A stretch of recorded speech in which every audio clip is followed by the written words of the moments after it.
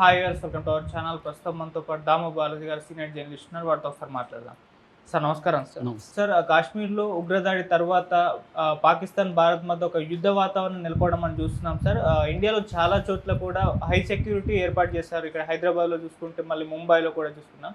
అయితే ఇదే నేపథ్యంలో ఇప్పుడు ఒక వార్త వైరల్ అవుతుంది. అటు పాకిస్తాన్ యుద్ధానికి ఎంతకైనా తెగించవచ్చు, అది ఏమైనా చేయొచ్చు, అణుబాంబు కూడా వేచే అవకాశాలు ఉన్నాయంటూ కూడా చెప్తున్నారు. మరి ఆ స్థాయిలో వెళ్ళే ఛాన్సెస్ ఏమన్నా ఉన్నాయా సార్? మరి యుద్ధం జరిగే అవకాశాలు కనిపిస్తున్నాయా సార్? పాకిస్తాన్ అయితే యుద్ధానికి కవ్విస్తున్నట్టుగా కనబడుతుంది.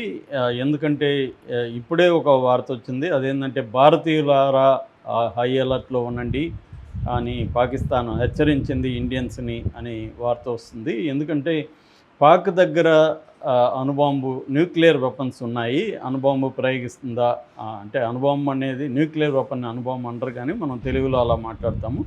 సో న్యూక్లియర్ వెపన్స్ని ఆల్రెడీ పాకిస్తాన్ దగ్గర న్యూక్లియర్ వార్ హెడ్స్ 170 ఉన్నాయి. ఇండియా దగ్గర ఏమి ఎక్కువ లేవు. ఇండియా దగ్గర కూడా 172 ఎక్కువ ఉన్నాయి అంతే ఇప్పటివరకు. అయితే ఇవి డెవలప్ చేస్తున్నారని చెప్తున్నారు. ఇండియా కానీ పాకిస్తాన్ కానీ డెవలప్ చేస్తుంది. అంటే ఆల్ అవుట్ వార్ జరిగితే ఇండియా సక్సెస్ అవ్వచ్చేమో, కానీ ఎందుకంటే గ్రౌండ్ వార్ కానీ, ఇటు నేవీ కానీ, ఇటు ఎయిర్ఫోర్స్లో ఇండియా అనేది పాకిస్తాన్ కంటే చాలా చాలా రెట్లు పెద్దది. ప్రపంచంలోనే ఇండియా నెంబర్ 4లో ఉంది మిలిటరీ దీంట్లో. కానీ ఇవాళ యుద్ధం అనేది సైనికుల సంఖ్యను బట్టో మిగతా ఎక్విప్మెంట్ని బట్టే ఉండదు. యుద్ధం అనేది అల్టిమేట్గా యుద్ధం తేలేది ఎక్కడ? న్యూక్లియర్ వెపన్స్ కానీ ప్రయోగిస్తే మొత్తం కొన్ని లక్షల మంది చనిపోయే అవకాశం ఉంది. కొన్ని కోట్ల మంది గాయపడి లేదా కరువుతో చనిపోయే అవకాశాలు ఉన్నాయి. అది లాంగ్ టర్మ్ ప్రభావం ఉంటుంది.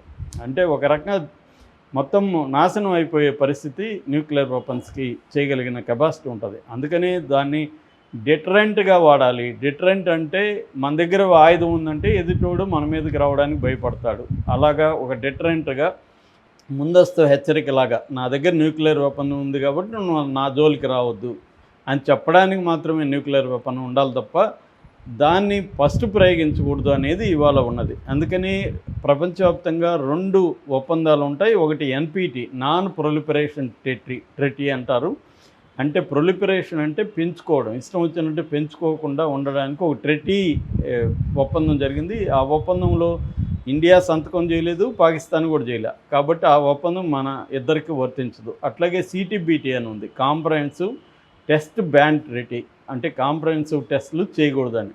దీంట్లో కూడా సైన్ చేయలేదు ఇద్దరు. అందుకని ఇండియా కానీ పాకిస్తాన్ కానీ 1998లో టెస్టులు చేశారు ఆల్రెడీ. ఇండియాలో పోఖ్రాన్ 2 అంటారు, పోఖ్రాన్ 2 టెస్ట్ చేశారు. పాకిస్తాన్లో చాగై అనే చోట ఫేజ్ 1 ఫేజ్ 2 టెస్టులు 2 టెస్టులు చేశారు. కాబట్టి ఇప్పుడు కూడా క్షిపణుల్ని ప్రయోగిస్తుంది. ఆల్రెడీ నిన్న కూడా ఇండియా సముద్రంలో ఒక మిసైల్ని ప్రయోగించి చూసింది. పాకిస్తాన్ కూడా క్షిపణులని రంగంలోకి దింపుతుందని చెప్తున్నారు. మరోపక్క యుద్ధ విమానాలను రెడీ చేస్తుంది, సరిహద్దులో మోహరిస్తుంది. మరోవైపు ఇండియా కూడా శ్రీలంకలో పాక్ ఆక్యుపైడ్ కాశ్మీర్ దగ్గర ఎల్ఓసి అని ఉంటారు, లైన్ ఆఫ్ కంట్రోల్ అని.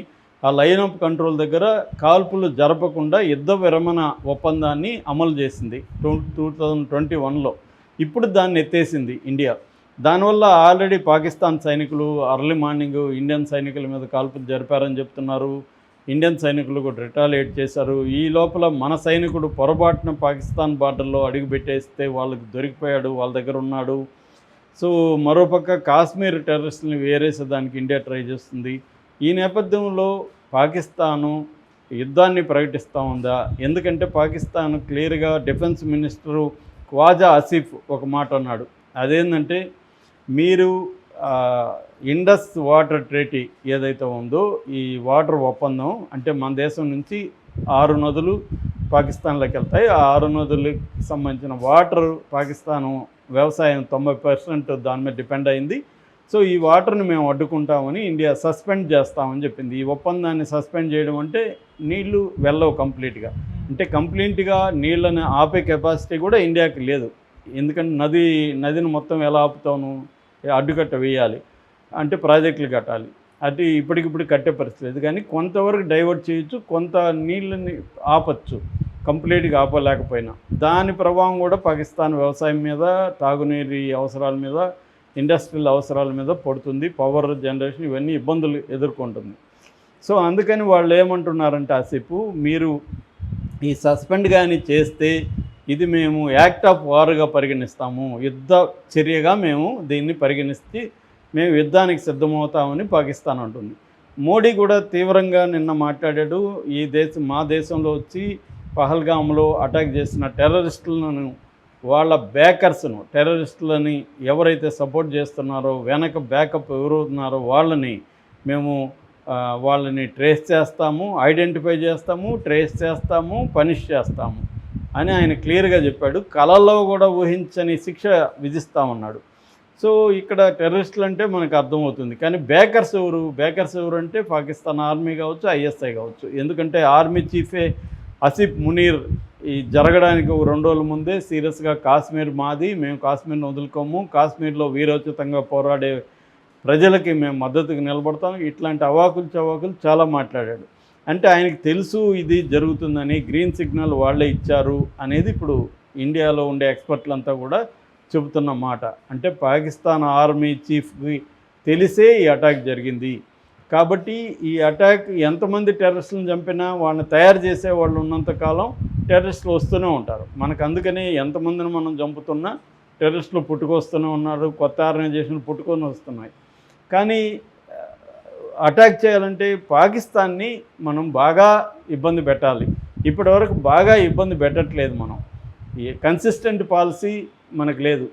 వాజ్పేయి దగ్గర నుంచి మన్మోహన్ సింగ్, నరేంద్ర మోడీ ముగ్గురు ప్రైమ్ మినిస్టర్ల టెన్యూర్ చూసినా కూడా కన్సిస్టెంట్గా పాకిస్తాన్ని ఇబ్బంది పెట్టే కార్యక్రమం చేయట్లేదు. ఎప్పటికప్పుడు పాకిస్తాన్తో మంచి సంబంధాల కోసమే ఈ ముగ్గురు ప్రధానమంత్రులు కూడా ట్రై చేశారు. అదే అలుసుగా తీసుకొని పాకిస్తాన్ ఏం చేస్తుందంటే రిటాలియేషన్, ప్రాక్సీ వార్కి తెగబడింది. ప్రాక్సీ వార్ అంటే పరోక్ష యుద్ధం. అంటే వాళ్ళు డైరెక్ట్గా యుద్ధం చేయలేక మన దేశంతో వాళ్ళు పరోక్షంగా టెర్రరిస్టులను ప్రోత్సహించడం, మన దేశంలోకి వాళ్ళకి ట్రైనింగ్ ఇచ్చి మన దేశంలో పంపించడం, మన దేశంలో హిందూ ముస్లింల మధ్య గొడవలు వచ్చే విధంగా ట్రై చేయడం, ఈ అస్థిరత్వాన్ని ట్రై చేస్తున్నారు. అట్లాగే మన నగరాల్ని పేల్చేసేయడం, బాంబు బ్లాస్టులు జరగడం, బాంబు బ్లాస్టులు చేసిన వాళ్ళని దావుద్ ఇబ్రాహిం కావచ్చు, టైగర్ మెమన్ కావచ్చు, ఇలాంటి వాళ్ళకి షెల్టర్ ఇవ్వడం, ఇవన్నీ కూడా పాకిస్తాన్ చేసింది. ఈ విషయాల పట్ల మనం సీరియస్గా కన్సిస్టెంట్గా స్పందించలే. ఇప్పటివరకు మనం దావుద్ ఇబ్రాహింను, టైగర్ మెమన్ను ఎందుకు పట్టుకురాలేకపోతున్నాం పాకిస్తాన్ నుంచి అంటే ఇక్కడ కూడా అంత సీరియస్గా కన్సిస్టెంట్గా చేయట్లేదనే వాదన వస్తుంది. ఇప్పుడు మోడీ ప్రభుత్వం చాలా సీరియస్గా తీసుకునింది దీన్ని. అందువల్ల యుద్ధం వచ్చే అవకాశాలు అయితే కనిపిస్తున్నాయి. అయితే ఈ యుద్ధం అనేది అణుబాంబు లేకపోతే న్యూక్లియర్ బాంబు వేసే స్థాయికి అయితే వెళ్ళరు అనేది మనం అనుకోవచ్చు. ఎందుకంటే అది వెళ్తే సూసైడల్, వాళ్ళు కూడా వాళ్ళు వేస్తే మనం వేస్తాం, కాబట్టి ఇద్దరు నాశనం అవుతారు కదా. కాబట్టి ఇద్దరు నాశనం అవ్వడానికి ఒప్పుకోరు కదా ఎవరు, అందుకని చేయకపోవచ్చు. ఆల్రెడీ ఐక్యరాజ్య సమితి కానీ అమెరికా కానీ కొంచెం ఓపిక పట్టమని ఇరు దేశాలకు చెప్తుంది. ఇంతకుముందు ఐక్యరాజ్య సమితి కూడా ఇరు దేశాలు పేషెంట్గా ఉండండి, తొందరపడకండి అని హెచ్చరించింది. కాబట్టి ప్రపంచంలో అనేక దేశాల మద్దతు అయితే ఇండియాకే ఉంది ఈ విషయంలో, కానీ పాకిస్తాన్కి కూడా సపోర్ట్ వచ్చే అవకాశం ఉంది. కాబట్టి పాకిస్తాను ఇండియా వార్ వస్తే నష్టపోయేది పాకిస్తానే గ్యారంటీగా, కానీ ఇండియాకు కూడా నష్టం జరుగుతుంది.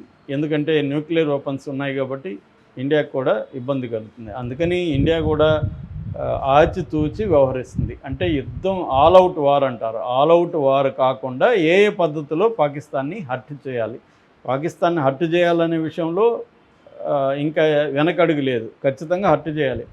ఏ రకంగా చేయాలి? ఇప్పుడు వాటర్ ఆపడం అనేది చాలా పెద్ద హర్ట్ పాకిస్తాన్కి, ఎందుకంటే పెద్ద దెబ్బ అది. అట్లాగే పాకిస్తాన్లో ఉండే బలూచిస్తాను, ఖైబర్ పఖ్తూన్ఖ్వా దగ్గర తిరుగుబాటుదారులు పెద్ద ఎత్తున ఉన్నారు. వాళ్ళకి మనం మద్దతు ఇస్తే వాళ్ళు ఇంకా చెలరేగిపోతారు. అట్లా పాకిస్తాన్ ఇంటర్నల్గా ఇబ్బందులు పెట్టడం, కోవర్ట్ ఆపరేషన్ చేయడం, వీలైతే పాకిస్తాన్ని మళ్ళీ చీల్చడం. మనం ఎట్లయితే బంగ్లాదేశ్ చీలిందో అలాగే పాకిస్తాన్ బెలూచిస్తాన్గా విడిపోతే ఇంకా వీక్ అవుతుంది. ఇటువంటి కార్యక్రమాలు ఎలా చేయాలనేది ఇండియా ముందున్న ప్లాన్ తప్ప ఆల్ అవుట్ వారికి ఇండియా వెళ్తుందని నేను అనుకోవట్లేదు. నేను ఎక్స్పర్ట్ కాదు, కానీ ఎక్స్పర్ట్ల అభిప్రాయాలంతా నేను నిన్నటి నుంచి ఫాలో అవుతున్నాను.